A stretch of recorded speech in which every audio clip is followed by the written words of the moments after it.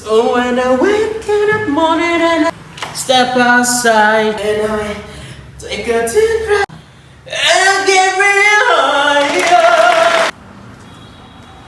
I scream from the top of my lungs, what's going on? Do I have to throw all of these away?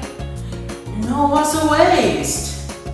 I better do something with these papers.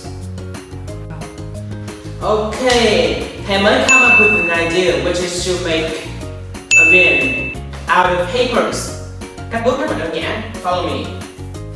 Đầu tiên là mình gấp đôi lại tờ giấy chỉ để tạo ghép thôi. Sau đó là mình sẽ gấp ngang lại như thế này. Và mình gấp chéo cũng chỉ để tạo ghép thôi. Sau đó chúng ta nhẹ nhàng gấp lại tại hình chóp như thế này. Rồi bây giờ cẩn thận nha. Bây giờ mình sẽ gấp hai cái cánh vào trong. Nhưng mà ba mẹ lưu ý khi mà bày câu hàm á thì chúng ta gấp vào cái đoạn thẳng này này và không gấp vào cái phần này ba mẹ nha. Tương tự như thế phần sau.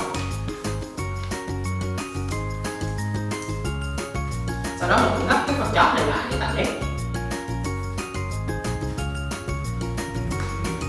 Mình sẽ mở ra như thế này.